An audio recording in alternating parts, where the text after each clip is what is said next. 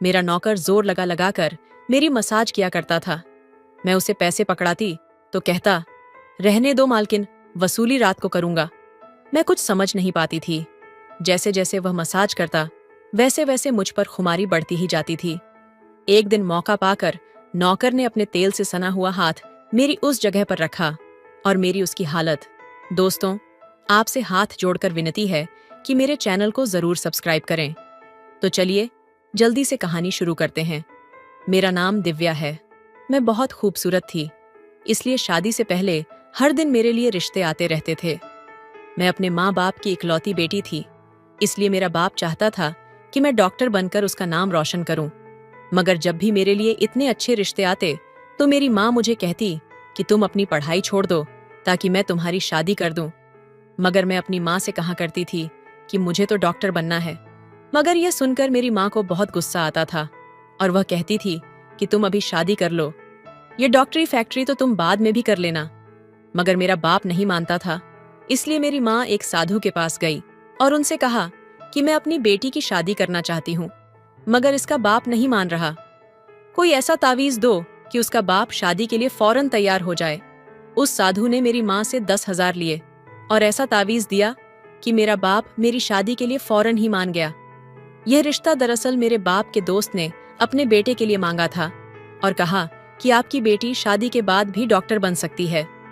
यह सुनकर मेरे बाप ने उनसे शादी के लिए फौरन हाँ कह दिया और मैं विदा होकर अपने ससुराल आ गई। मेरे ससुराल वाले बहुत अमीर थे, इसलिए मैं और मेरे पति अलग घर में रहते थे। मेरा पति अपने बाप का बिजनेस संभालता था, इसलिए वह सुबह से शाम तक बिजी रहता। मैं उसके घर गई तो यह ऐसो आराम देखकर मैं चौंक गई। मेरे पति ने मेरी सेवा के लिए कई नौकरानियां रखी हुई थीं, मगर उसकी एक नौकर धीरे धीरे मेरे करीब आने लगा। वह नौकर मुझसे कहने लगा कि मैं काफी सालों से काम कर रहा हूँ और आपके ससुराल वाले मुझे बिल्कुल घर के मेंबर की तरह समझते हैं। यह सुनकर मैंने भी उसे खास अहमियत देना शुरू कर दी। वह एक दिन मेरे कमरे में आ गया तो मैं अभी तक बिस्तर पर लेटी हुई थी। उसने मुझे थका थका हुआ देखा तो कहने लगा कि आप लेटी रहो, थक गई होगी। अगर आपको एतराज ना हो तो मैं आपके पैर दबा दूं। यह सुनकर मैं थोड़ा चौंक गई। मैं खूबसूरत थी, जवान थी, लेकिन मुझे मेरे पति के अलावा किसी मर्द ने नहीं छुआ था और ना ही मैंने किसी नौकर से कभी अपने पैर दबवाए थे। भला कोई मर्द मुझे छुए? नौकर की ये सुनकर मैं चुप हो गई और वह मेरे कमरे से चला गया। तभी मुझे एहसास हुआ कि मुझे उसकी बात का जवाब बहुत सख्ती से देना चाहिए था। शायद वह पहले भी मेरे ससुराल में ऐसे काम करता होगा, मगर मैंने साफ इनकार करके उसका दिल तोड़ दिया था। दरअसल मैं बहुत नरम दिल की थी, इसलिए मुझे बाद में अफसोस होने लगा। मैं उसके बारे में सोचने लगी कि यह नौकर तो काफी जवान और खूबसूरत है, मुझे इससे पैर नहीं दबाने चाहिए। शायद मेरे पति को यह बात अच्छी ना लगे। अगले दिन भी ऐसा ही हुआ। नौकर ने यही बात मुझे दोबारा कही। मैं उस दिन बहुत थकी हुई थी, इसलिए मैंने अपने पैर बिस्तर से नीचे कर लिए और उससे कहा कि तुम मेरे पैर दबा दो। यह सुनकर वह खुश हो गया और उसने मेरे पैर दबाने शुरू कर दिए। वह इतने धीरे धीरे पैर दबा रहा था कि मुझे फिर से नींद आने लगी। यह देखकर वह नौकर कहने लगा, मालकिन, आपको नींद आ रही है, आप बिस्तर पर लेट जाइए, मैं आपके पैर दबाता रहूंगा। मैं जैसे मदहोशी में थी, इसलिए फौरन बिस्तर पर लेट गई। वो नौकर बिस्तर पर आ गया और मेरे पैर दबाने लगा। उसके बाद मुझे होश नहीं रहा और मैं सो गई। मुझे नहीं पता था कि मैं कितने घंटे सोती रही। मेरी आंख खुली तो मैंने देखा कि वह नौकर अभी तक मेरे पैर दबा रहा था। यह देखकर मुझे उस पर तरस आ गया और मैंने हाथ बढ़ाकर अपने पर्स खोला और कुछ नोट निकाले और उस नौकर के हाथ में रख दिए। यह देखकर वह शर्माने लगा। मालकिन, आप मुझे पैसे देकर शर्मिंदा कर रही हैं। मेरी सैलरी अच्छी खासी है, मुझे इन पैसों की जरूरत नहीं है। यह सुनकर मैंने उससे कहा कि यह पैसे तुम्हारी मेहनत के हैं। यह सुनकर उस नौकर ने मुझसे उन पैसों को ले लिया और मेरे कमरे से बाहर चला गया। मेरा पति रात को देर से आता था, इसलिए मैंने शाम को फिर उस नौकर को अपने कमरे में बुलाया और उससे कहा कि तुम्हारी मालिश से मुझे बहुत अच्छी नींद आई थी, इसलिए जब तक मेरा पति घर नहीं आ जाता तब तक तुम मेरे कमरे में ही रहना। शायद नौकर को पैसों का लालच आ गया था, इसलिए वह मेरी बात सुनकर खुश हो गया और कहने लगा, मैं तो आपका मामूली सा नौकर हूँ, जैसा आप कहोगी मैं वैसा ही करूंगा। आपके पैर दबाता रहूंगा ताकि आपकी थकान उतर जाए और आपको सुकून मिले। ये सुनकर मैंने उससे कहा कि तुम्हारे हाथों में तो जादू है, इसलिए तो मेरी सारी थकावट दूर हो जाती है। एक दिन नौकर ने मुझसे कहा कि आपकी सास भी कभी कभी मुझसे मसाज करवा लेती थी। ये सुनकर मैं चौंक गई। मुझे मेरी सास ऐसी नहीं लगती थी, मगर वह नौकर झूठ बोलने वाला नहीं लगता था। मुझे ससुराल आए हुए 1 महीना होने वाला था, इसलिए मैंने नौकरों को परख लिया था। वह मुझे हर बात सच ही कहता था। मेरे घर में नौकरानियां भी काम करती थीं, मगर वह झूठी और बेईमान थी। वो मुझसे जो बात सुन लेती थी उसे पूरे मोहल्ले में मशहूर कर देती थी, इसलिए मैं उन्हें अपने कमरे में नहीं आने देती। ये नौकर इस घर का पुराना नौकर था, इसलिए मैं उस पर भरोसा करती थी। नौकर भी मेरे कमरे में आता था, मगर अपनी नजरें झुकाकर रखता था। वह मेरे जिस्म को हाथ लगाता, मगर उसकी नीयत खराब नहीं थी। ऐसा हर रात होता था। एक दिन मैंने अपने पति से कहा कि जब से हमारी शादी हुई है हम कहीं घूमने फिरने नहीं गए। ये सुनकर मेरे पति ने कहा कि जब से हमारी शादी हुई है तुम भी तो हर वक्त नींद में रहती हो। मैं रात को जब भी घर आता हूं तो तुम गहरी नींद में होती हो। दिन को मेरे पास वक्त नहीं होता और रात को मेरे घर आने से पहले तुम सो जाती हो। यह सुनकर मैं अपने दिल में सोचने लगी कि यह सब नौकर की मालिश की वजह से हो रहा था। मेरे पति की शिकायत यही थी। मुझे रोज रात को अपने पति के लिए जागना चाहिए था।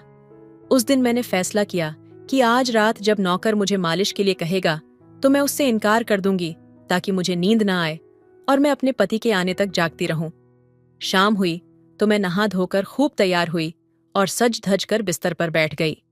नौकर मेरे कमरे में आया तो मुझसे कहने लगा, मालकिन मैं मालिश कर दूं क्या? मगर मैंने साफ इनकार कर दिया। मेरी बात सुनकर वह कुछ उदास हो गया और वापस चला गया। कुछ देर बाद नौकर मेरे कमरे में आया तो उसके हाथ में दूध का गिलास था। मैंने खाना नहीं खाया था, इसलिए फौरन दूध पी लिया और अपने पति का इंतजार करने लगी। मगर मुझे नींद आ गई और मैं सो गई। सुबह मैं जागी तो नौकर फौरन मेरे कमरे में आया और कहने लगा, मालकिन आपके लिए नाश्ता लेकर आऊं क्या? ये सुनकर मैंने अपने पति के बिस्तर की तरफ देखा। वह खाली था। यह देखकर नौकर कहने लगा, मालिक को जरूरी काम था, वह नाश्ता करके चले गए। ये सुनकर मेरा मुंड खराब हो गया।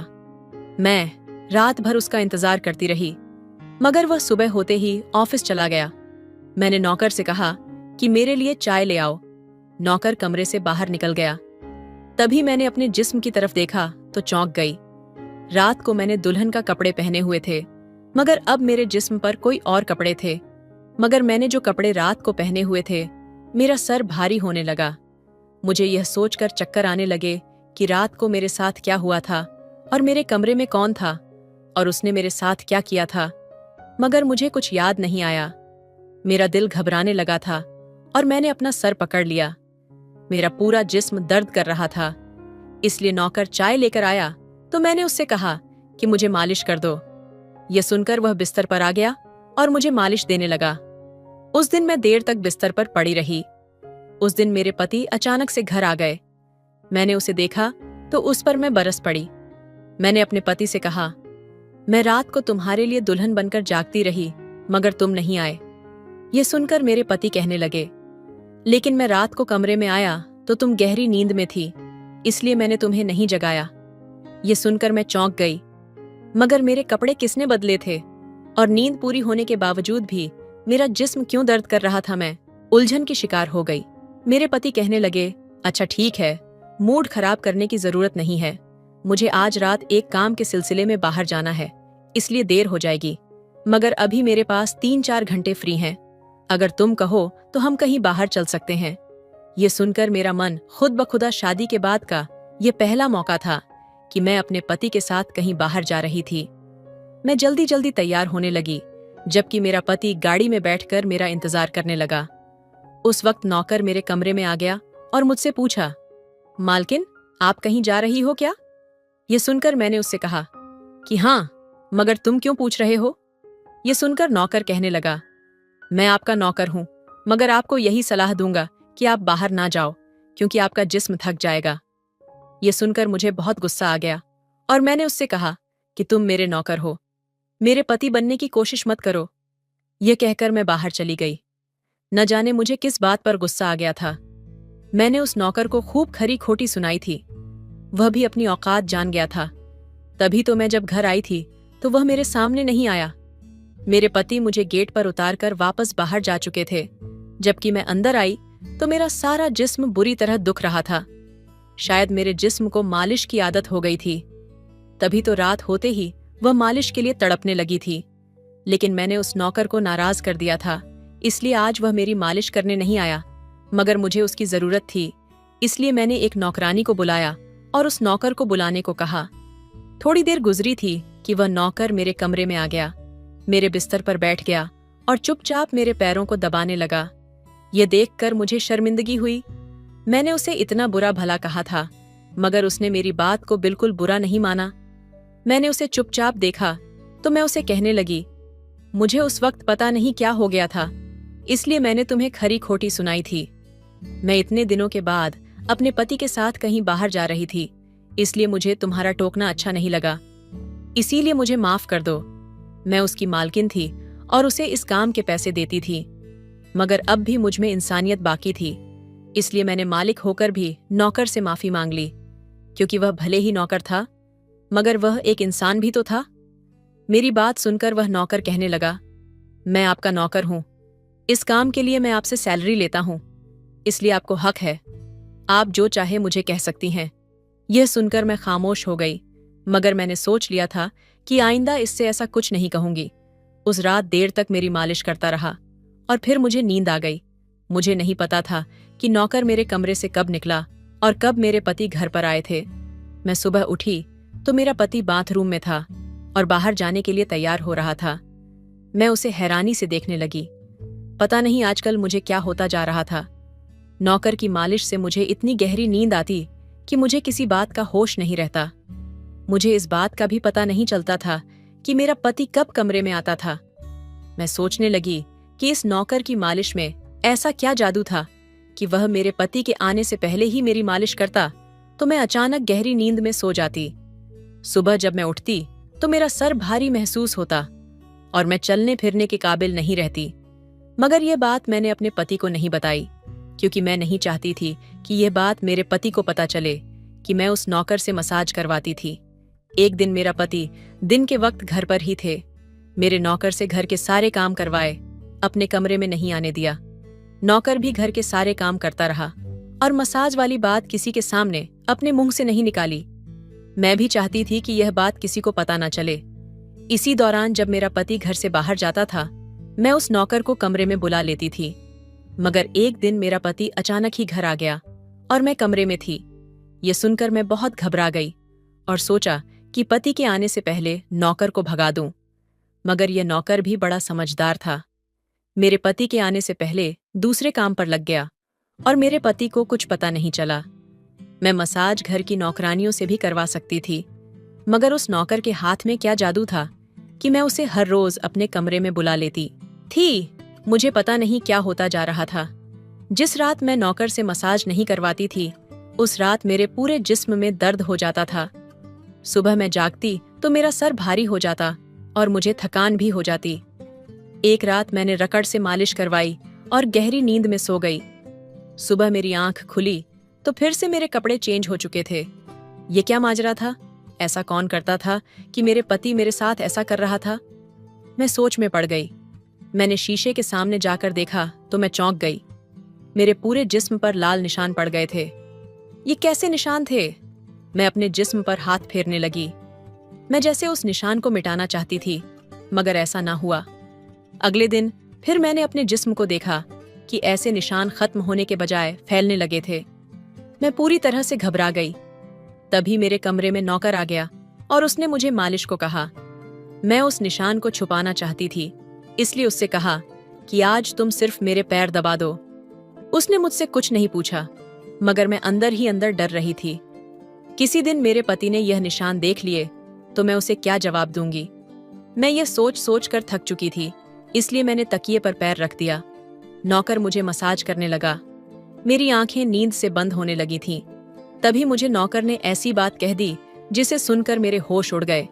उसने मुझसे कहा, मालकिन, आप मुझे बहुत अच्छी लगती हो। मेरी आंखें नींद से बोझल होने लगी थीं। मुझे उसकी बात समझ नहीं आई और फिर मैं गहरी नींद में सो गई। सुबह मेरी आंख खुली तो मेरा पति भी बिस्तर में लेटा हुआ था। मेरा सर भारी हो रहा था और जिस्म दर्द से टूट रहा था, मगर उसके बावजूद मैं अपने पति के करीब गई और उसे धीरे से उस निशान के बारे में बता दिया। मैंने सोचा कि यह निशान बढ़ रहे थे, इसलिए मुझे यह बात अपने पति को बता देनी चाहिए। यह सुनकर मेरे पति ने मेरे जिस्म से कपड़ा हटाया तो वह उछल पड़ा। वो मुझसे दूर हो गया और कहने लगा, तुमने मुझे धोखा दिया है, बेवफाई की है मेरे साथ और तुम्हें उसी की सजा मिली है। ये कोई बीमारी नहीं है, बल्कि तुम्हारा गुनाह है। मुझ में क्या कमी थी जो तुमने दूसरा मर्द तलाश कर लिया? मैं काम में बिजी रहता था, मर तो नहीं गया था कि तुमने एक और चक्कर चला लिया। ये सुनकर तो मैं हक्का बक्का रह गई। मैंने उससे कहा कि यह आप कैसी बातें कर रहे हैं, मैं बेकसूर हूं। मगर मेरा पति हंसने लगा और कहने लगा कि यह निशान बता रहे हैं कि तुम गुनहगार हो, इसलिए मेरे घर से निकल जाओ, मैं तुम्हें तलाक के पेपर भेज दूंगा। उसने मुझे धक्के मार मार कर निकाल दिया। मैं रोते हुए अपने माँ बाप के घर आ गई और उन्हें अपनी बेगुनाह का यकीन दिलाने लगी। वह मेरे अपने थे, इसलिए उन्होंने यकीन कर लिया।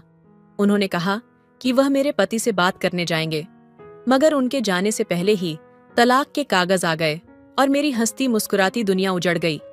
मैं उसका जिम्मेदार किसको ठहराती? कोई भी तो नहीं था। मैं कई दिनों तक रोती रही और मैंने बिस्तर पकड़ लिया। मुझे ऐसा लगने लगा था जैसे मैं मरने वाली थी। एक दिन मेरी माँ मेरे कमरे में आई और कहने लगी कि तुमसे कोई मिलने आया है। मैं भाग कर गई कि शायद मेरे पति आए होंगे, उसे मेरी बेगुनाही का एहसास हो गया हो। मगर वहां मेरा पति नहीं था, बल्कि वही नौकर था जो उसके घर पर काम करता था। मैंने उसे आने का कारण पूछा तो वह कहने लगा, मैं आपके उन निशानों के बारे में जानता हूं। ये सुनकर मैं चौंक गई। और ये निशान क्यों थे? ये सुनकर मैं खड़ी हो गई और उसके शर्ट का बटन एक झटके से खोल दिया। मुझे अब समझ आ गया कि मेरे पति ने मुझ पर इतने गंदे इल्जाम क्यों लगाए थे। ये देखकर मैं नौकर के सीने पर मुक्के मारने लग गई। ये मेरे जिस्म पर निशान कैसे आए?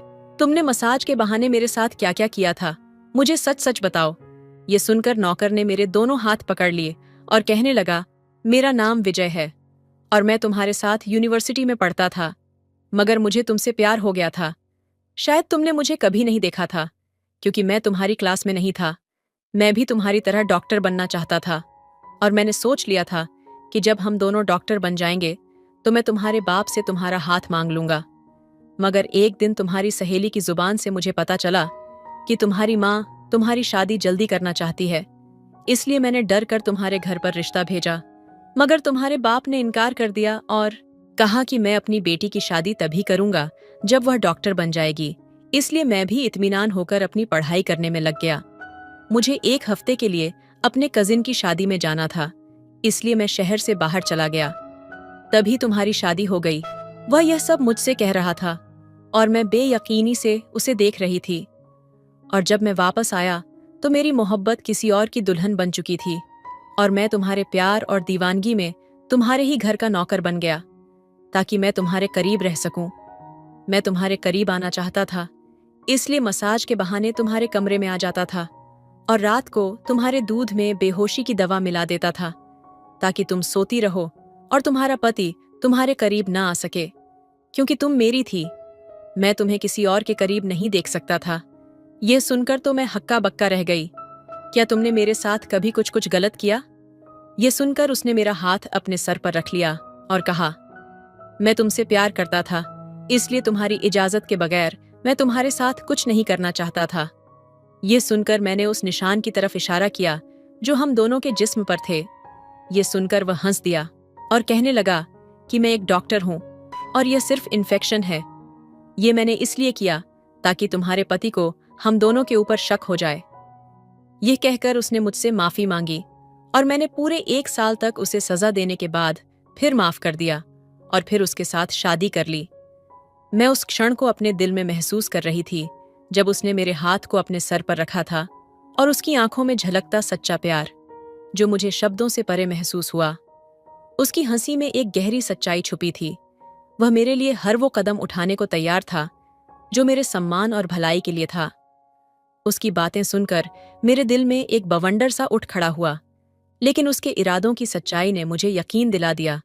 वो पल शायद मेरे जीवन का सबसे कठिन था। 1 साल तक मैंने उसे नजरअंदाज किया, हर बार उसकी सॉरी का जवाब केवल चुप्पी से दिया। वह हर बार अपनी आंखों में वही गहरा दर्द और प्रेम लिए मेरे सामने खड़ा होता, फिर भी उसने मेरे फैसले का सम्मान किया। धीरे धीरे मैंने उसकी कोशिशों, उसकी ईमानदारी और बिना शर्त प्यार को महसूस किया। उसने मेरे लिए अपनी भावनाओं को हमेशा स्पष्ट रखा, बिना किसी उम्मीद के। एक दिन जब वह फिर से मेरे सामने खड़ा था, उसकी आंखों में उम्मीद और धैर्य के आंसू थे। मैं खुद को रोक नहीं सकी और उस पल में मैंने महसूस किया कि उसे सजा देना मुझे भी उतना ही तकलीफ दे रहा था। तुम्हें माफ किया, मैंने कहा। उसकी आंखों में खुशी की चमक एकदम से उभर आई, जैसे वह कई रातों की बेचैनी से आजाद हो गया हो।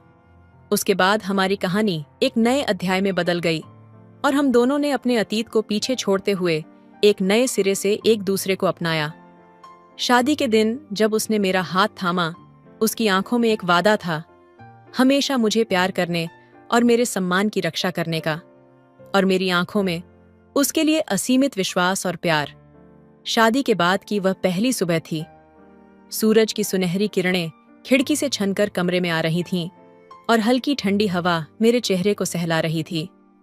मैं जब तक अपनी आंखें खोलती, वह पहले से ही जाग चुका था, मेरे पास बैठा हुआ, मेरे बालों को बड़े ही नजाकत से सहला रहा था।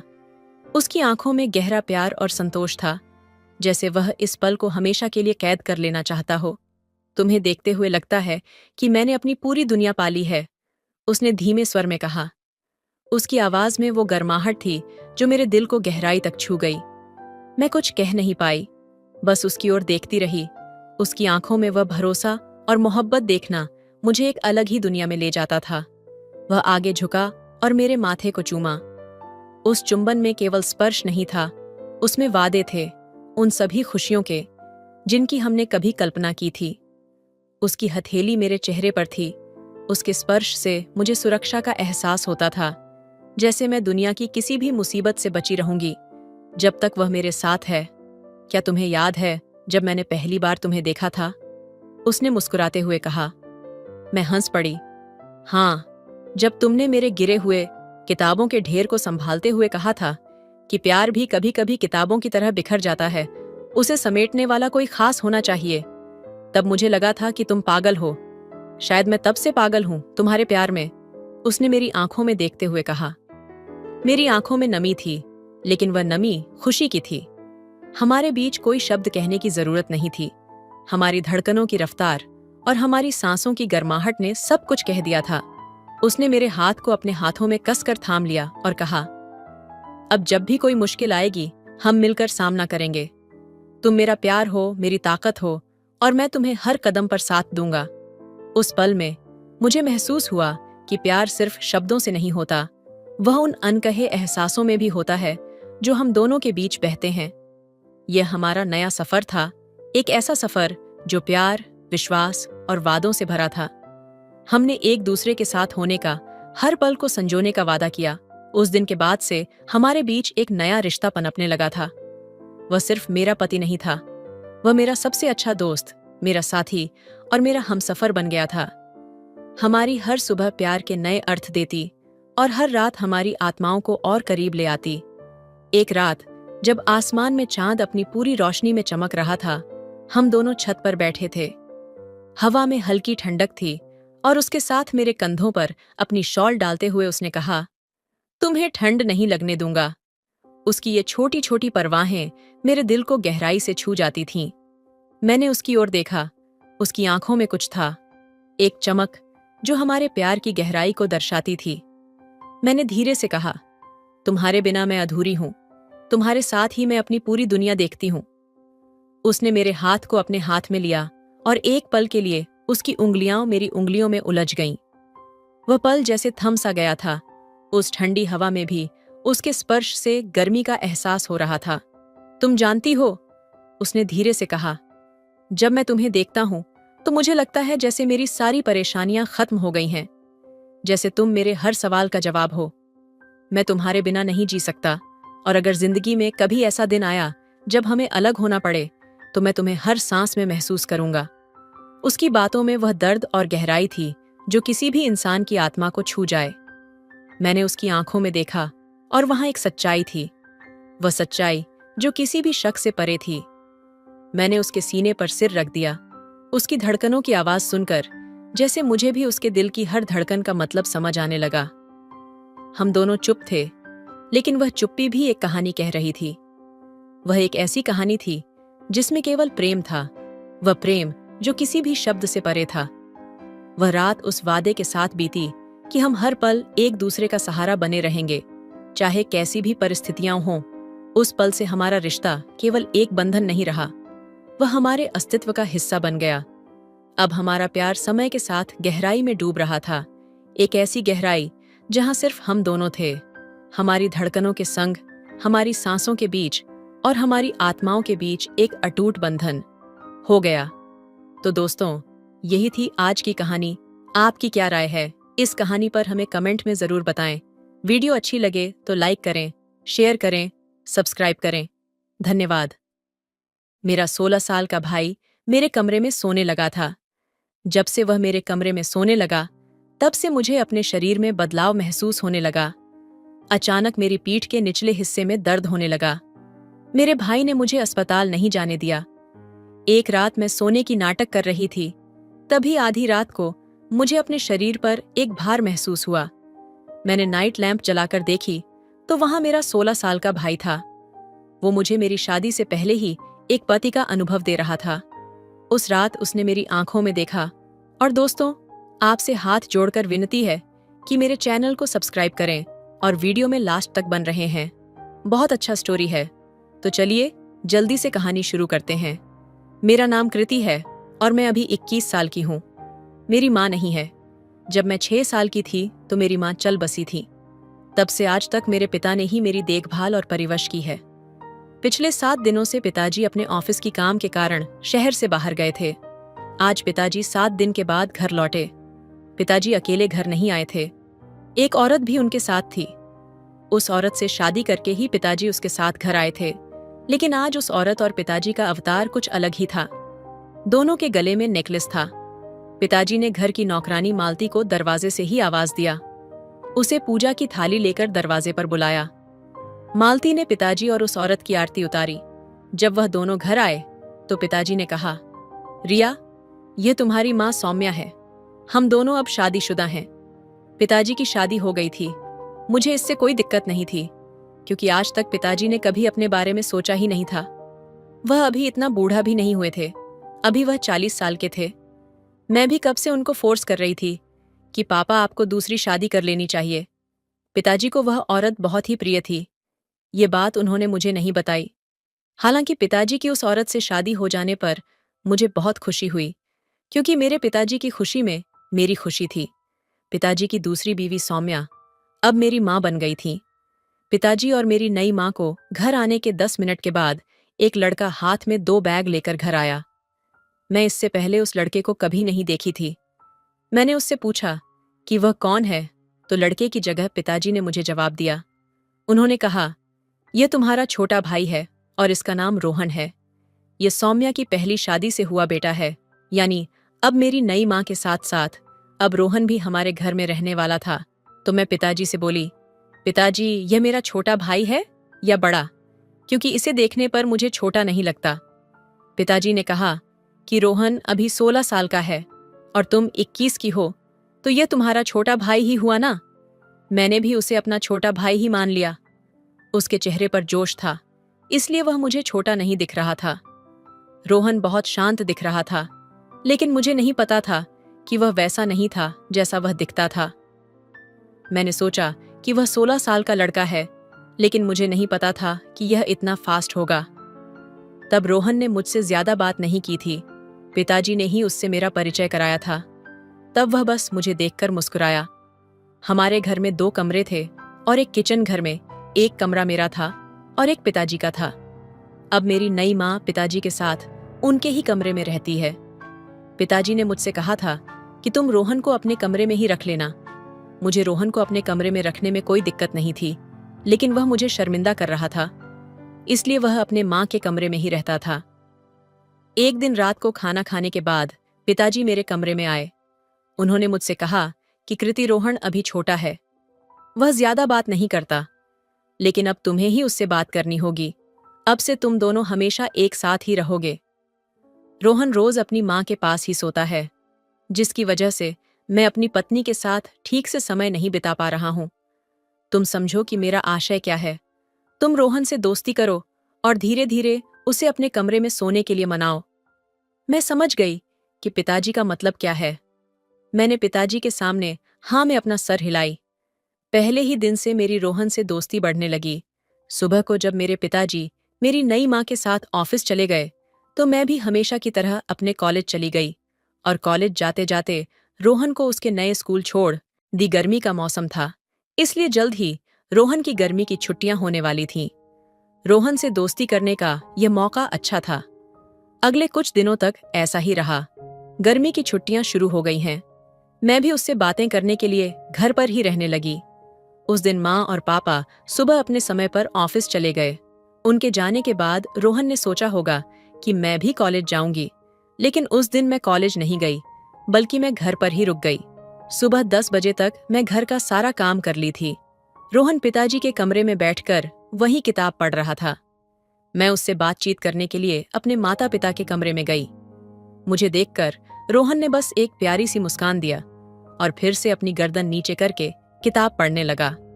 मुझे वह बहुत शर्मीला लड़का लग रहा था। मैं उसके पास गई और उसके हाथ से किताब ले ली। फिर भी रोहन कुछ नहीं बोल रहा था। मैंने उसे कहा, रोहन, जब से मैं इस कमरे में आई हूं, अगर मैं तुम्हें थोड़ा भी छेड़छाड़ न करूं तो तुम मुझसे बात करने को भी तैयार नहीं हो। मुझे लगता है तुम मुझे अपनी बड़ी बहन नहीं मानते हो। मेरे कहने के बाद रोहन ने सिर्फ सिर हिलाया। मैं उससे फिर से बात करना शुरू कर दी। मैं उससे बोली, भाई, गर्मी की छुट्टियां पढ़ाई के लिए नहीं है, बल्कि उछल कूद करने के लिए भी है, और तुम हो कि छुट्टियों में भी पढ़ रहे हो। चलो हॉल में बैठो और कोई मूवी देखो। उस वक्त रोहन ने मुझसे कहा, मैं अभी मूवी देखने के लिए जवान नहीं हुआ हूं। रोहन की बात सुनकर मैंने उससे कहा, अरे वाह छोटू, आप बोल भी सकते हो मेरे। इतना कहते ही रोहन मेरी बात पर हंसने लगा। फिर मैंने उसका हाथ पकड़ लिया और उसे पकड़कर हॉल में ले आई। फिर टीवी चालू की और कार्टून देखने लगे। मैं उससे छोटी छोटी बातें करती थी।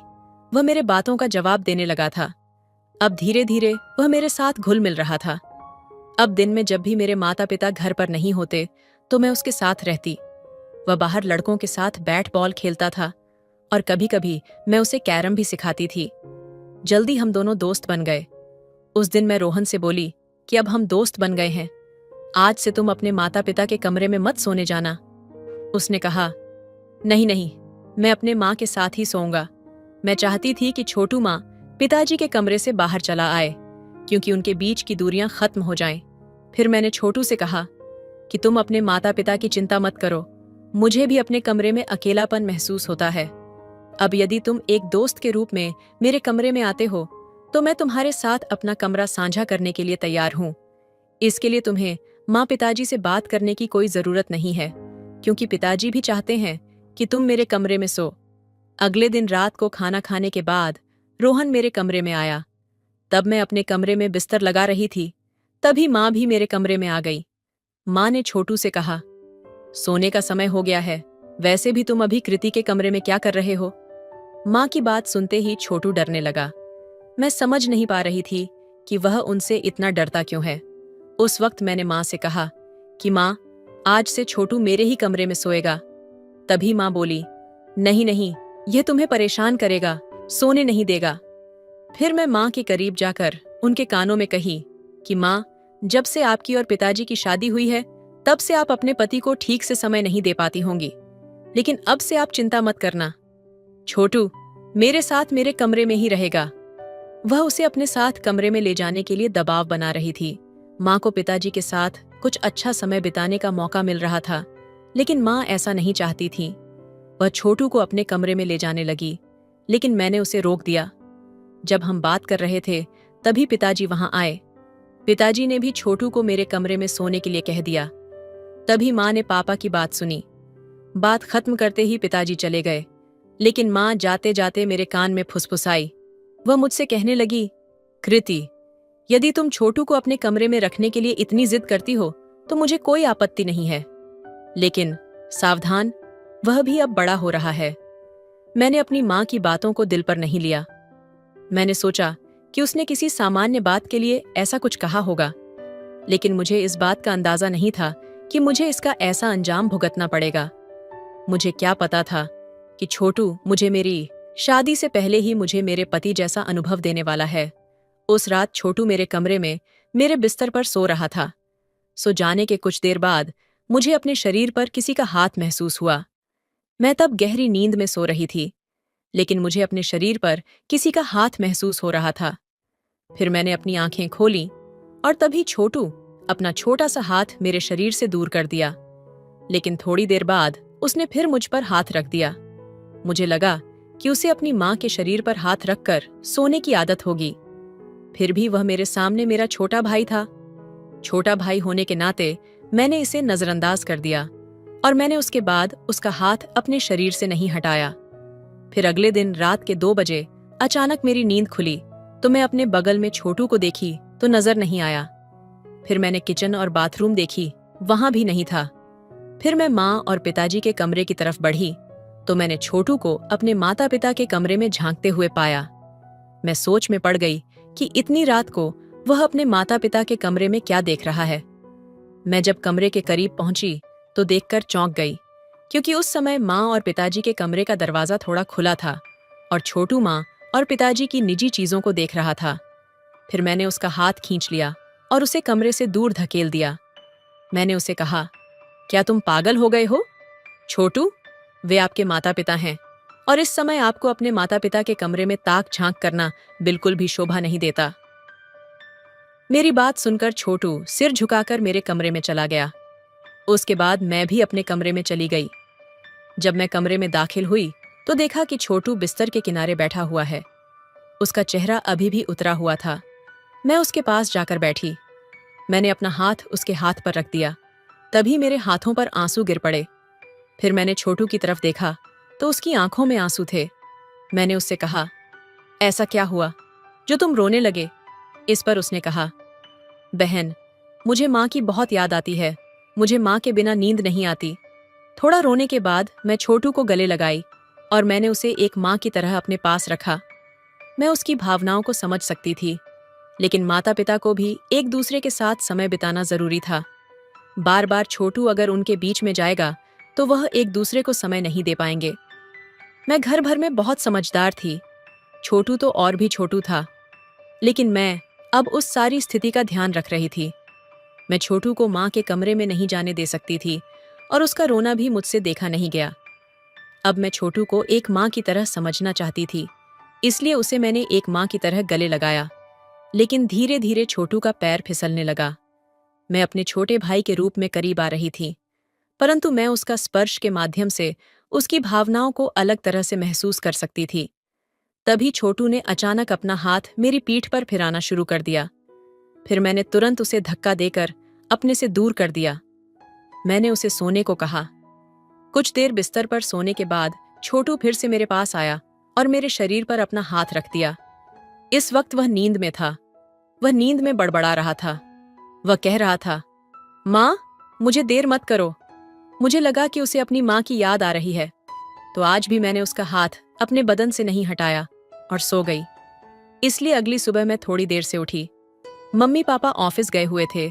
छोटू नाश्ता करके वह हमेशा की तरह हॉल में बैठकर टीवी देख रहा था। मैं उठी और अपने कमरे में सीधा बाथरूम में चली गई। मैं नहाकर बाथरूम से बाहर आई। तब मैं बहुत छोटे कपड़ों में थी। अभी मेरे कमरे में कौन आएगा?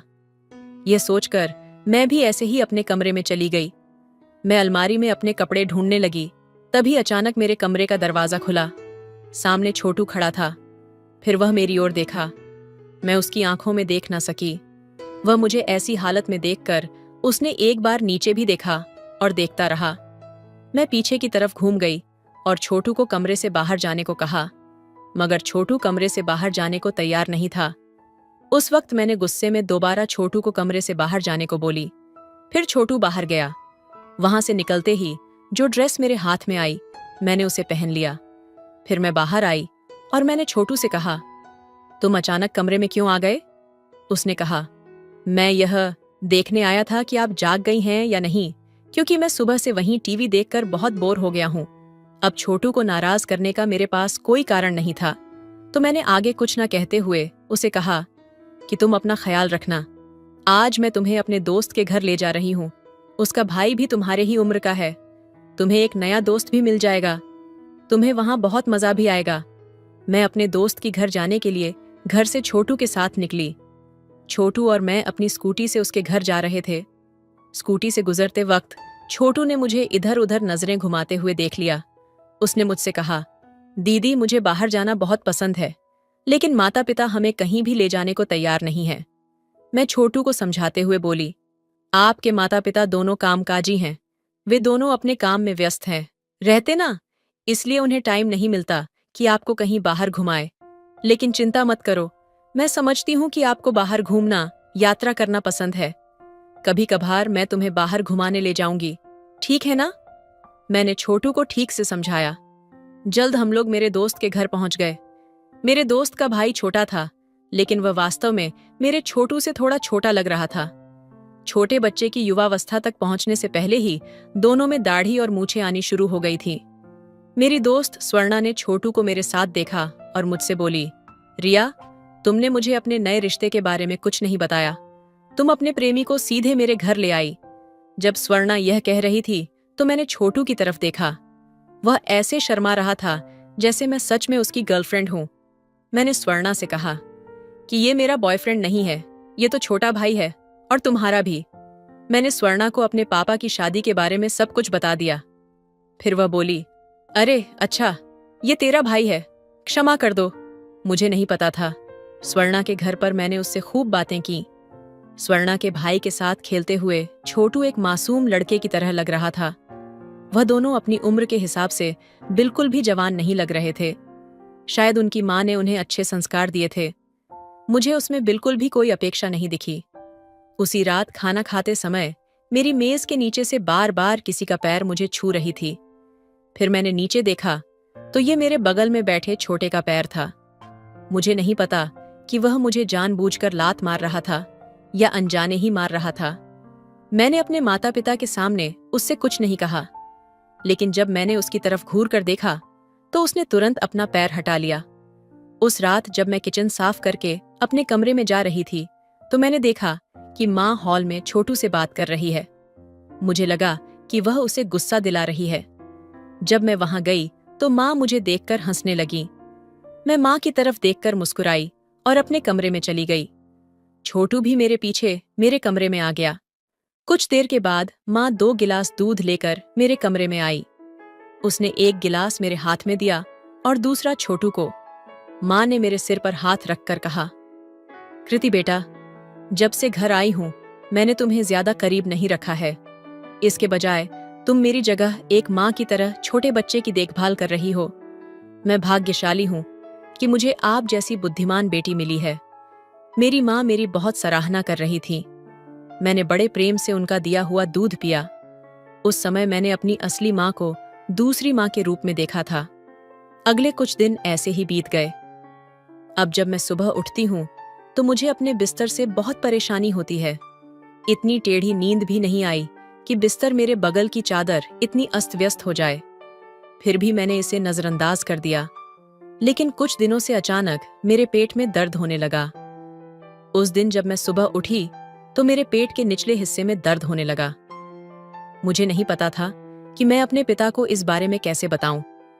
उस दिन सुबह जब मैं उठी तो मैं पेट पर हाथ रखकर बिस्तर पर बैठी रही। जब मैं उठी तो छोटू जाग चुका था।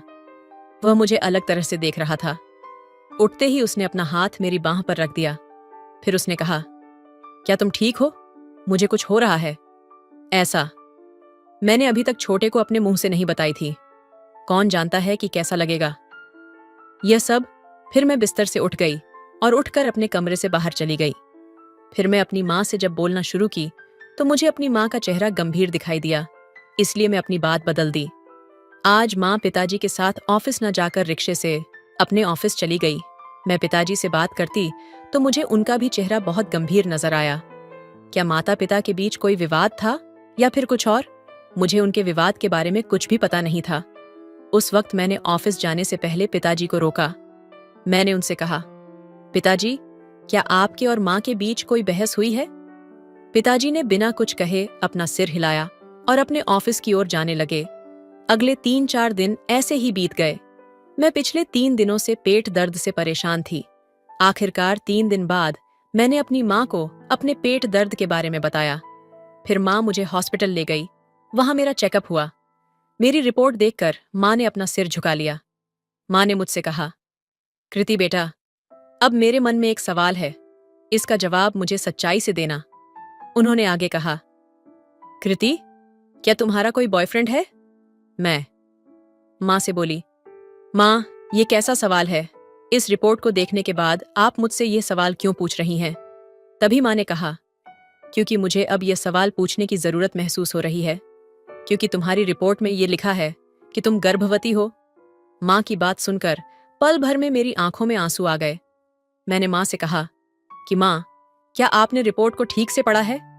मैं और गर्भवती यह संभव ही नहीं है, क्योंकि मेरा कोई बॉयफ्रेंड या ऐसा कुछ भी नहीं है। उस वक्त मैं और माँ एक बार फिर एक दूसरे को देखा। अब मेरा पूरा संदेह दूर हो गया था, क्योंकि वह 16 साल का था, लेकिन दिखने में वह बड़ा लग रहा था। अब वह मेरे बहुत करीब था।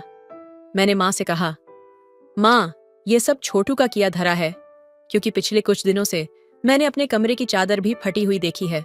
मैं छोटू को नहीं छोड़ूंगी। जैसे ही मैंने यह कहा तो मेरी माँ ने मुझसे कहा कि कृति, शांत हो जाओ, छोटू गलत होगा, लेकिन यह सब बातें अपने पापा के सामने मत बताना। आपको पता ही होगा कि वे हार्ट पेशेंट से हैं। अगर वे बहुत ज्यादा सोचेंगे तो कुछ भी हो सकता है। फिर माँ ने कहा, मैं छोटू को जल्दी हमारे घर से ले जाऊंगी। तुम्हें यह सारी बातें अपने पापा को नहीं बतानी चाहिए। मैं तुम्हें इस गर्भवती स्त्री से भी छुटकारा दिलाऊंगी। माँ मुझे बहुत अच्छे से समझाई। फिर मैंने अपनी माँ को गले लगा लिया। माँ ने मेरे आंसू पहुंचे और हम घर जाने लगे। उस रात हर दिन की तरह अपने छोटे को कमरे में सोने दी। मुझे जल्दी नींद लग गई थी। थोड़ी देर बाद मुझे एहसास हुआ कि मेरे कमर पर किसी का हाथ है। फिर मैं आंख खोली, देखी तो छोटू पकड़ा हुआ था।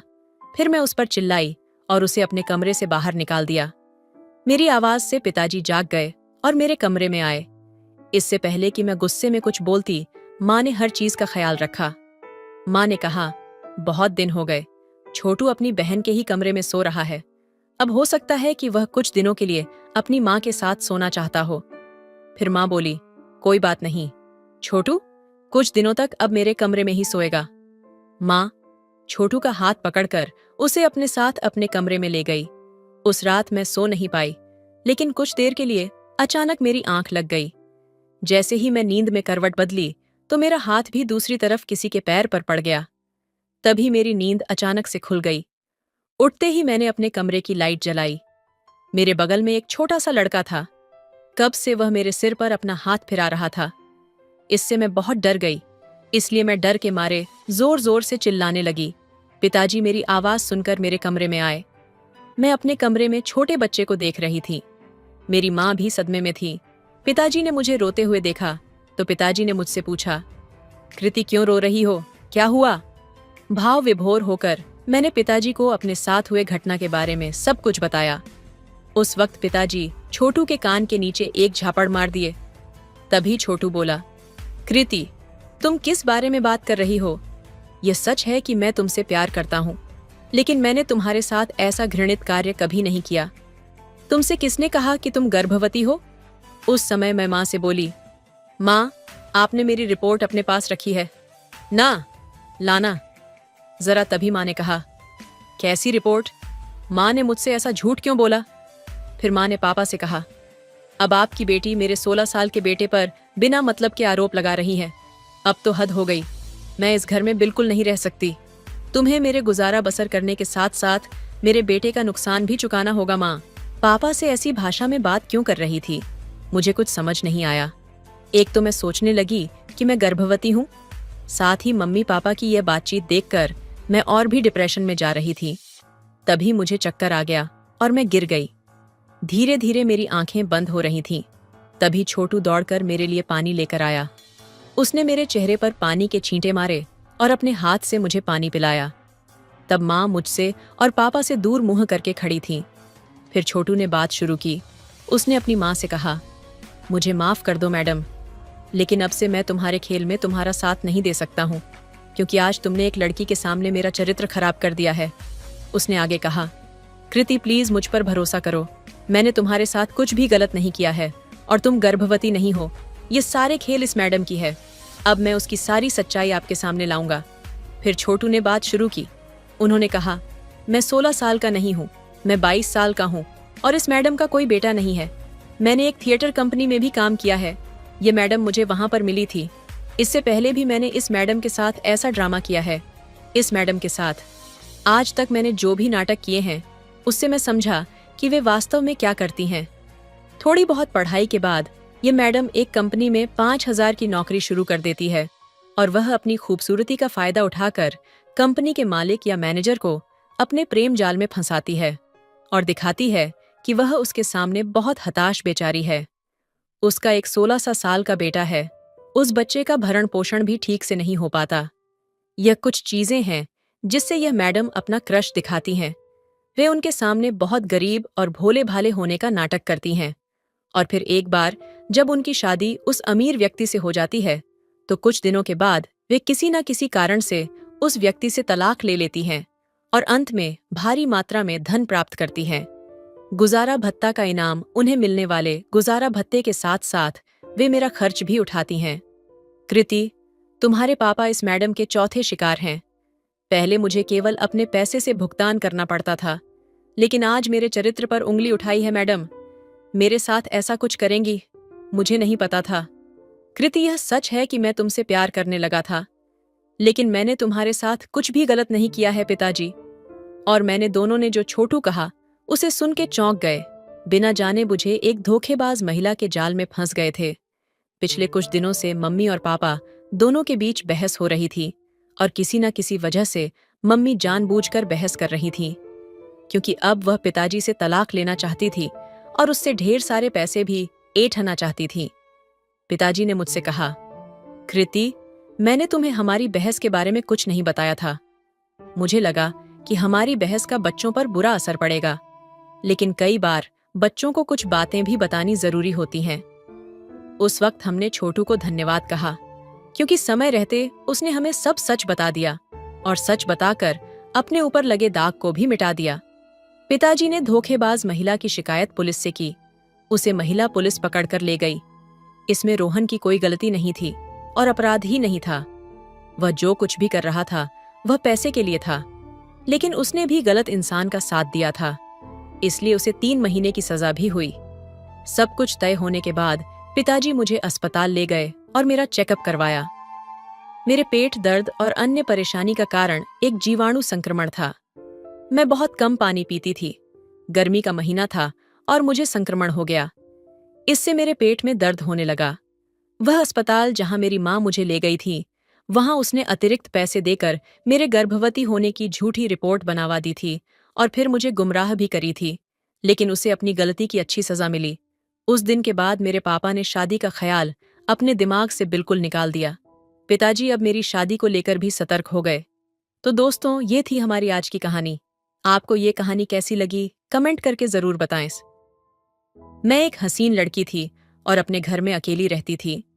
एक दिन एक 15 साल का लड़का मेरे पास आया और मुझसे एक ऐसी ख्वाहिश की जिसे सुनकर मेरी जान निकल गई। मैंने कभी सोचा नहीं था कि इतना छोटा बच्चा इतनी बेबाकी से ये ख्वाहिश जाहिर करेगा, पर क्या करती। मैं हसीन थी और मुझे पैसों की बहुत जरूरत थी। मैंने सोचा कि ये बच्चा मेरा क्या बिगाड़ लेगा, ज्यादा से ज्यादा 5-7 मिनट ही टिक सकेगा, फिर मेरा तो दोनों तरफ से फायदा था। यही सोचकर मैंने उसकी बात मान ली कि वह अपनी ख्वाहिश पूरी कर ले। लेकिन जिसे मैंने बच्चा समझकर इजाजत दी थी, उसने तो पूरी रात ही मेरी चीखें निकाली। दोस्तों, आपसे हाथ जोड़कर विनती है कि मेरी चैनल को सब्सक्राइब जरूर कीजिए। वीडियो में लास्ट तक बने रहिए, बहुत ज्यादा मजा आने वाला है। तो चलिए कहानी शुरू करते हैं। मेरी उम्र 30 साल थी, लेकिन मैं अपनी उम्र से कहीं ज्यादा छोटी लगती थी। मुझे पैसों की बहुत ज्यादा जरूरत रहती थी, लेकिन कोई तरीका समझ नहीं आता था। क्योंकि मेरा शौहर बीमार रहता था, एक दिन मैं घर में अकेली थी और बिना दुपट्टे के ही काम कर रही थी जब वह 15 साल का लड़का हमारे घर में आया। जिन नजरों से वह मुझे देख रहा था, मुझे समझ आ गया था कि वह क्या चाहता है। सलाम दुआ करने के बाद उसने कहा, मैडम, मैं तन्हा हूँ और अकेले ही आपसे मामला तय करना चाहता हूँ। एक बार देकर देखें, मैं आपको शर्मिंदा नहीं करूंगा, बल्कि आपकी जरूरत पर पूरा खरा उतरूंगा। मैंने सर से पांव तक उसे देखा। कद काठी में वह बेहतर था, लेकिन उम्र में छोटा था। मैंने उससे माफी मांगी और कहा, मैं तुम्हारे साथ इस तरह का कोई मामला तय नहीं कर सकती। तुम अभी छोटे हो और मुझे नहीं लगता कि इन बातों के लिए तुम्हारी उम्र है। वह मुस्कुराकर कहने लगा, दीदी, मेरा 5 साल का तजुर्बा है। मैं 10 साल का था, तब से यही काम कर रहा हूँ। मेरे आगे पीछे कोई नहीं है। मैं अकेला ही अपने काम में माहिर हूँ। आप मुझ पर भरोसा करें। आपको पछताना नहीं पड़ेगा, बल्कि आप अपने इस फैसले पर खुश होंगी। इस बार मैं वाकई हैरान हुई। वह बच्चा अकेला कैसे, यह सब कह रहा था। मैंने उससे पूछा, तुम्हारे माँ बाप कहाँ हैं? वह कहने लगा, मैं तन्हा हूँ। तुमसे पहले मैं यहाँ वहाँ की ठोकरें खाता था। फिर मैंने यही वाला काम शुरू किया और काम चल पड़ा। अब मैं काम बढ़ाना चाहता हूँ, इसलिए आपसे बात करने आया हूँ। अगर आप मेरा साथ देंगे तो मैं आपके भी बहुत काम आऊंगा। उसकी आखिरी बात सुनकर मैं चौंक गई थी। मुझे वाकई किसी ऐसे बच्चे की जरूरत थी जो ऊपर के कामकाज कर देता, और वह खुद से ही मुझे यह ऑफर कर रहा था। फिर दूसरी बात यह थी कि उसके साथ मामला तय करने पर मुझे हर महीने रकम भी मिल जाती, जिससे मेरा गुजारा आसानी से हो जाता। मगर फिर यह ख्याल भी आया कि अगर यह वक्त पर मुझे पैसे ना दे सका तो मेरे लिए मुश्किल हो जाएगी। खैर, वह 15 साल का था और मैं आसानी से उसे अपनी हर बात मनवा सकती थी। इसलिए अपना फायदा देखकर मैंने मामला पक्का किया, क्योंकि मैं भी अकेली थी। मैंने घर के साथ दुकान उसे किराए पर दे दी। उसका नाम आदित्य था और कहने लगा कि दीदी, मैं रिहाइश भी दुकान में ही रखूंगा, क्योंकि मेरे आगे पीछे कोई नहीं है। अब तक मैं यह काम सड़क पर ही कर रहा था, लेकिन अब दुकान में करूंगा। मुझे क्या एतराज हो सकता था? दुकान ही तो थी। मैंने कहा, जो तुम्हें ठीक लगता है करो, बस मुझे वक्त पर पैसे दे देना। और फिर उसने दुकान में औरतों के सामान की कुछ चीजें लाकर डाल दी, और यह देखकर मैं हैरान रह गई कि 2-3 दिन में ही उसका काम चल पड़ा था। सारा दिन वह दुकान खोलकर काम करता और उसकी दुकान पर औरतों का लाइन लगा रहता। रात के वक्त उसी दुकान में सो जाता। इतने दिनों से यह दुकान खाली पड़ी थी। पहले जब कभी यह किराए पर थी तो कोई भी ग्राहक आता ही नहीं था। कितनी बार मैंने दुकान किराए पर चढ़ाई, मगर सबने यही कहकर छोड़ दी कि यह जगह काम के लिए सही नहीं है। मैंने तो यह उम्मीद ही छोड़ दी थी कि कभी यह दुकान किराए पर भी चलेगी कि नहीं। लेकिन उस बच्चे ने न सिर्फ सही कीमत पर उसे किराए पर लिया था, बल्कि उसने तो अपना काम भी चला लिया था। बस अजीब बात यह थी कि उसने औरतों का सामान दुकान में रखा था और औरतें उस बच्चे से सामान खरीदने आती थीं। कुछ दिन गुजरे तो मेरी आदित्य से अच्छी बातचीत हो गई। वह मेरे छोटे मोटे काम करने लगा था। जब कभी कुछ अच्छा पकाती तो उसे दुकान पर पहुंचा देती। दुकान और घर के बीच में छोटा सा दरवाजा भी था। जरूरत के तहत मैं वह दरवाजा खोलकर आदित्य से बातचीत भी कर लेती थी। धीरे धीरे हमारे बीच अच्छी दोस्ती हो गई। मैं भी एक तरह से बेचैन ही थी, इसलिए मुझे आदित्य का सहारा मिल गया था। दरअसल मेरे बच्चे नहीं थे और मेरे शौहर राहिल को कोरोना का अटैक हुआ था। उसके बाद वह बिस्तर पर पड़ गए थे। घर का गुजारा बहुत मुश्किल से चल रहा था। कभी कोई मदद के लिए पैसे दे जाता तो कभी कोई ऐसे में दुकान से मिलने वाले पैसे मेरे लिए कुछ सहारा हो गए थे। इसलिए मैंने खुद आदित्य से दोस्ती बढ़ाई थी, ताकि वह दुकान छोड़कर ना जाए और मेरी आमदनी भी बनी रहे। लेकिन मुझे क्या मालूम था कि मैं जिसे 16 साल मासूम बच्चा समझ रही हूँ, वह इतना सीधा सादा भी नहीं है। उस बच्चे ने तो कुछ ही दिनों में मेरी दुनिया पलट कर रख दी थी।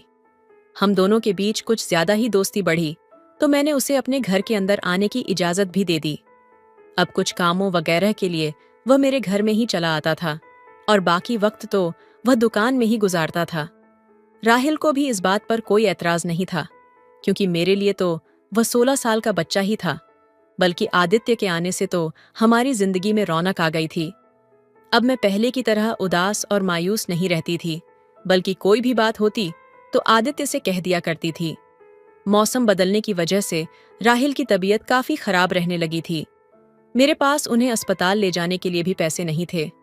एक दिन ऐसे ही मेरी आंखों में आंसू आने लगे। आदित्य ने मुझे देखा तो पूछने लगा, दीदी क्या बात है, क्यों रो रही हो?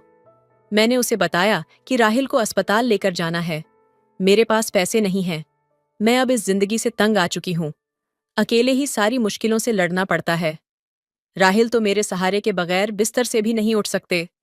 अगर मेरा कोई बच्चा होता तो शायद मेरी जिंदगी आसान हो जाती। किसी कमजोर लम्हे में मैंने अपने दिल का हाल आदित्य के आगे बयान कर दिया था। मेरी बात सुनकर आदित्य मुस्कुराकर कहने लगा, तो दीदी बच्चा कर लो, इसमें क्या परेशानी है? आदित्य की बात पर मैं शर्मिंदा हो गई।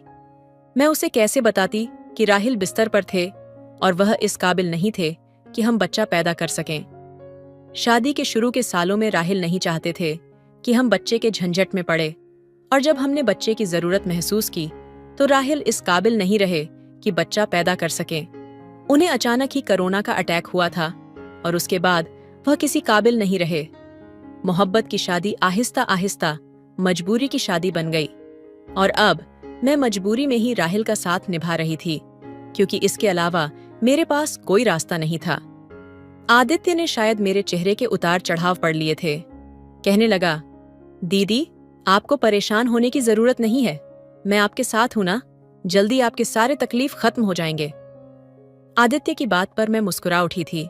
वह अकेले ही इतना हौसला रखता था कि हर मुश्किल से लड़ जाता था, और एक मैं थी जिसने इतनी उम्र गुजारने के बावजूद भी हिम्मत नहीं पकड़ी थी। आदित्य ने अपने माँ बाप को 10 साल की उम्र में खो दिया था, और इसके बावजूद भी वह दुनिया के मेले में गुम नहीं हुआ था। न सिर्फ उसने अपनी जिंदगी का सफर जारी रखा, बल्कि वह राहिल की भी बहुत ज्यादा देखभाल करने लगा था। मैं किसी भी काम से घर से निकलती तो आदित्य ही मेरे शौहर की देखभाल करता और उनके पास बैठा रहता।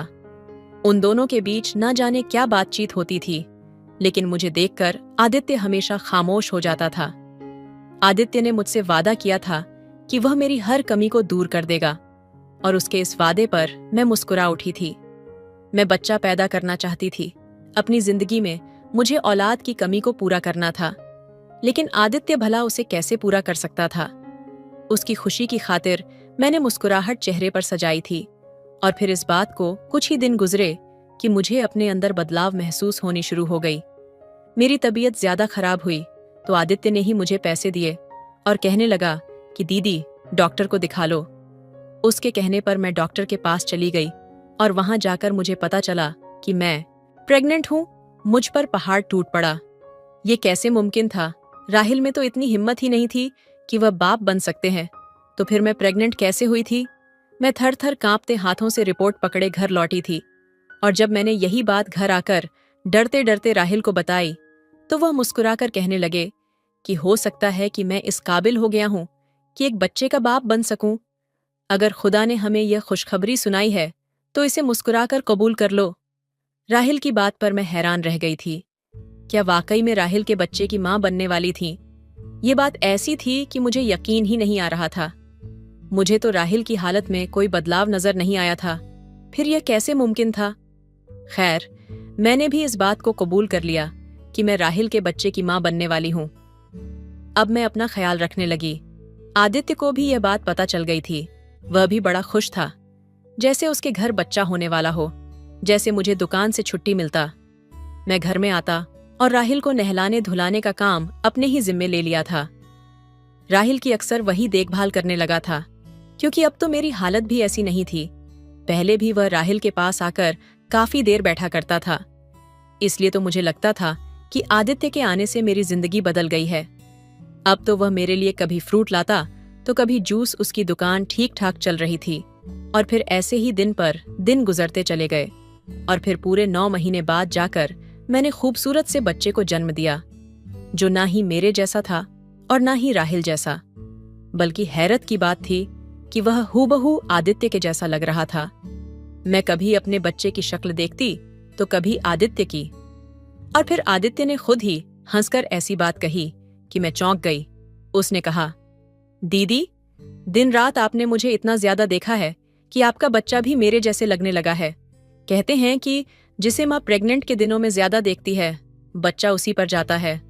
आदित्य की बात पर मैं न सिर्फ चौंकी बल्कि शर्मिंदा भी हुई। इतनी कम उम्र में ही उसे इन सब बातों की भी मालूम थी।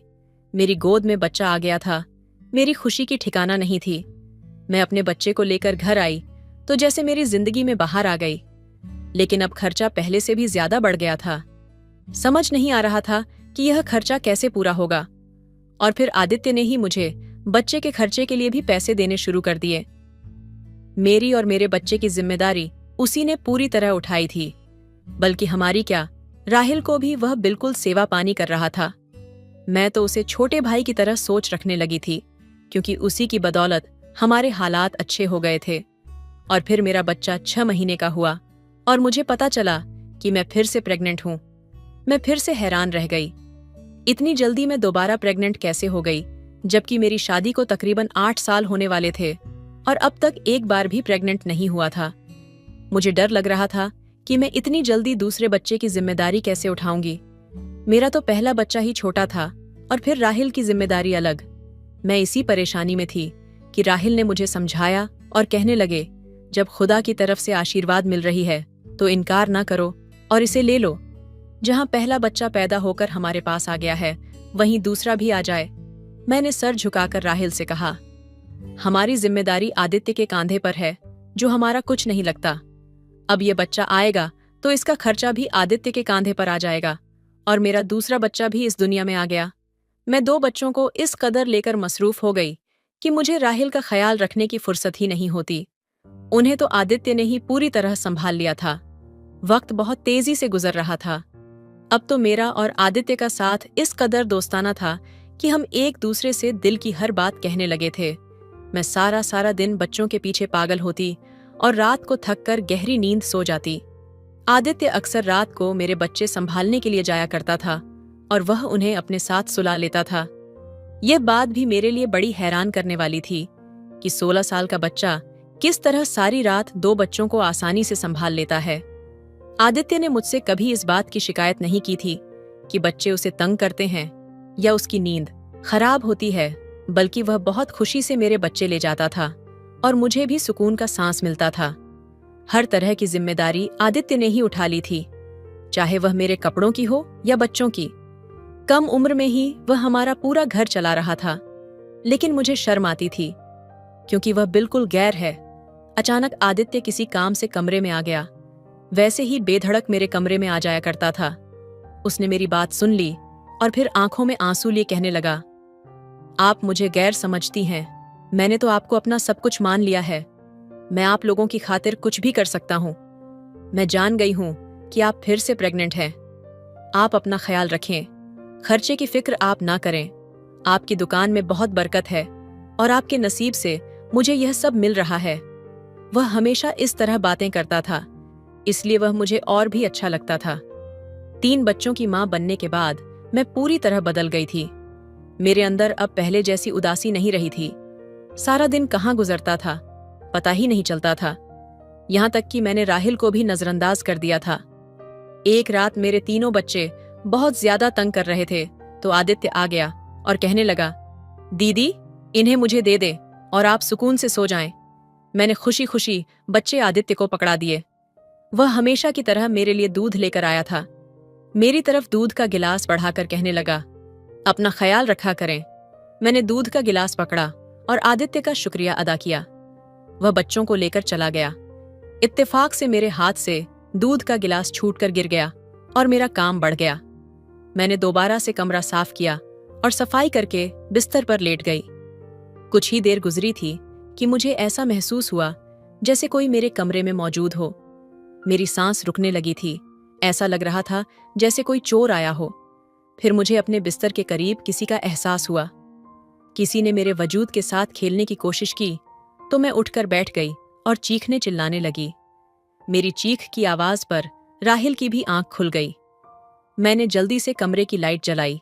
यह देखकर मेरे रोंगटे खड़े हो गए कि हमारे ही मोहल्ले का एक आदमी मेरे ऊपर झुकने के लिए मेरे पास खड़ा था। मैं उसे देखकर दंग रह गई थी। पहले तो वह शर्मिंदा हुआ, फिर कहने लगा, दीदी मैंने कुछ नहीं किया। आपके शौहर ने मुझे खुद इजाजत दी थी कि मैं हर रात आपका सौदा करूं। इसलिए मैं कोई ना कोई ग्राहक ढूंढता और सौदा करता और पैसे ले लेता और फिर यही पैसे आप लोगों पर खर्च कर देता। दरअसल घर के हालात की वजह से राहिल भाई बहुत परेशान थे। वह किसी तरह इस परेशानी को खत्म करना चाहते थे। जब उन्हें पता चला कि मैं औरतों की खरीदो फरोख्त का काम करता हूं, तो उन्होंने खुद मुझे इस बात की इजाजत दी।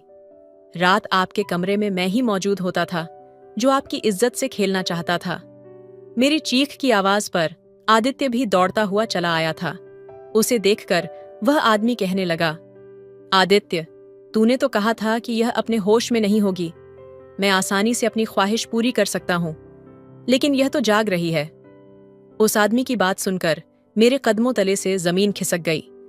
आदित्य घबराकर मेरी तरफ देखने लगा। मुझे समझ नहीं आ रहा था कि यह क्या काम है। वह आदमी गुस्से में गालियां देते हुए निकल गया था। मैंने नफरत से आदित्य से पूछा, यह सब क्या है? तब जाकर आदित्य ने कहा, आपके शौहर के पास इतने पैसे नहीं थे कि वह इस घर को चला सकें, इसलिए उन्होंने मुझे मजबूर किया कि मैं आपका सौदा करूं। जब कोई गाहक मिलता तो मैं आपके बच्चों को ले जाता और नींद की दवा दूध में डालकर आपको दे देता। आप सो जाती और गाहक आपको इस्तेमाल करके चला जाता। ये तीनों बच्चे भी किसी न किसी गाहक के ही हैं, क्योंकि राहिल भाई तो बाप बनने की औकात नहीं रखते। मैंने आपके साथ कुछ गलत नहीं किया। जो आपके शौहर ने कहा, मैंने वही किया। मैंने आपको उसकी मर्जी से ही बेचा है। आदित्य की बात सुनकर मेरे रोंगटे खड़े हो गए। मैंने हैरत से पलटकर राहिल को देखा। वे नजरें चुराए और फिर खुद ही कहने लगे, मेरी बीमारी की वजह से घर के हालात खराब हो गए। मैं तुम्हें औलाद भी नहीं दे सका। खाने के लाले पड़ने लगे थे। ये सब देखकर मेरा दिल जलता था, लेकिन मैं कुछ नहीं कर सकता था। इसलिए जब मुझे पता चला कि आदित्य कैसा काम करता है, तो मैंने खुद ही उससे कहा कि हर रात वह तुम्हें किसी न किसी को बेच दिया करें। मैं तो खुद नींद की दवाइयां लेकर सोता था, इसलिए मुझे कुछ पता नहीं चलता था। आदित्य भी किसी गाहक को लाता और फिर सुबह होने से पहले ग्राहक लौट जाता। बच्चे होने से तुम खुश हो गई और हमारे घर के हालात बदल गए, और मैं बस इतना ही चाहता था। राहिल की बात सुनकर मैंने अपना सिर पकड़ लिया था। मुझे यकीन नहीं हो रहा था कि मेरे शौहर ने मुझ पर इतना बड़ा जुल्म किया है, घर के हालात को बदलने के लिए और मेरी गोद भरने के लिए।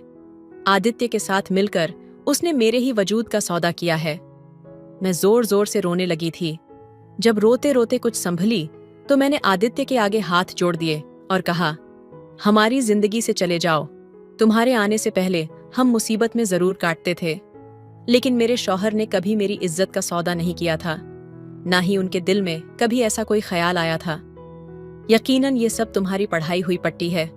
मुझे समझ आ गया है कि तुमने औरतों की खास दुकान क्यों खोली थी। इस बहाने तुम औरतों की मजबूरियों का सौदा करते हो। मैंने आदित्य को फौरन दुकान खाली करने को कह दिया और उसकी गोद से अपने बच्चे झपट लिए। मेरे छोटे छोटे 3 बच्चे मेरे सामने थे, जिनके बाप का मुझे मालूम नहीं था। मुझे तो अपने आप पर अफसोस था कि मैं किस कदर बेवकूफ निकली, जो यह जान नहीं पाई कि यह बच्चे मेरे शौहर के नहीं हैं। क्यों मैं उन दोनों मर्दों के हाथों बेवकूफ बन गई थी। मेरा मुजरिम सिर्फ आदित्य नहीं था, बल्कि राहिल भी थे। लेकिन मैं क्या करती। मैं राहिल के निकाह में थी और उनकी हालत ऐसी नहीं थी कि मैं उन्हें छोड़ देती। इसलिए मैंने मजबूरी में उनके साथ गुजारना शुरू कर दिया। आदित्य दुकान छोड़कर चला गया। मैंने उसी दुकान में कुछ जमा किया, पैसों से औरतों का सामान डाल दिया और खुद वो दुकान चलाने लगी। ग्राहक तो पहले ही बन चुके थे, इसलिए मेरी दुकान चल गई और गुजारा होने लगा। मैंने अपने बच्चों को सीने से लगा लिया, क्योंकि ये मेरे बच्चे हैं। उनका बाप कौन है ये मैं नहीं जानती, मगर मैंने इन्हें अपनी गोद से पैदा किया है, इसलिए इनके लिए मेरे दिल में मोहब्बत कम नहीं हुई। आप लोग बताएं, जो मेरे साथ हुआ क्या वह सही है? क्या मेरे शौहर को यह हरकत करनी चाहिए थी? क्या घर के हालात सुधारने के लिए कोई मर्द अपनी औरत की इज्जत का सौदा कर सकता है? क्या मुझे अपनी औलाद को छोड़ देना चाहिए? क्या आजकल के दौर में किसी भी कम उम्र या जवान लड़के पर भरोसा करना चाहिए? कमेंट बॉक्स में अपनी राय जरूर दे। धन्यवाद।